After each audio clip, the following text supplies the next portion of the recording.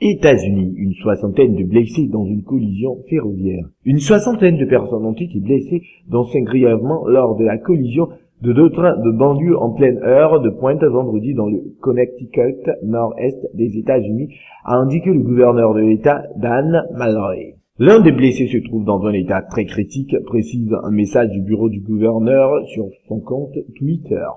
L'accident a eu lieu près de la ville de Bridgeport, à une centaine de kilomètres au nord-est de New York, aux environs des 18h, 22h GMT, a indiqué par téléphone à l'AFP un porte-parole de la compagnie Metro-North, qui dessert la région au nord de la Grosse Pomme. 60 personnes ont été hospitalisées, 5 personnes se trouvent dans un état critique et l'une d'entre elles est dans un état très critique, a précisé M.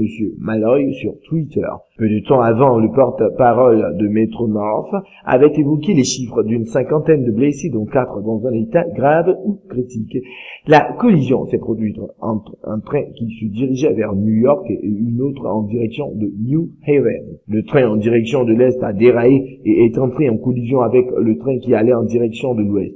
Les deux étaient en service à ce moment-là. Nous n'avons aucune information sur les causes du déraillement, a encore souligné le porte-parole. Le gouverneur Malloy, qui s'est rendu sur les lieux de l'accident, a déclaré qu'il n'existait aucune raison de croire qu'il ne s'agit pas d'un accident lors d'une conférence de presse. Les liaisons de l'Amtrak entre New York et Boston ont été interrompues vendredi soir et le resteront probablement jusqu'à lundi. Selon le quotidien New York Post, l'accident a eu lieu sur un tronçon de voie en réparation où seules 2 voies ferrées sur 4 étaient disponibles. La compagnie Metro-North est la deuxième plus importante des États-Unis pour le trafic de banlieue. Selon ces chiffres, elle transporte environ 280 000 passagers par jour du lundi au vendredi.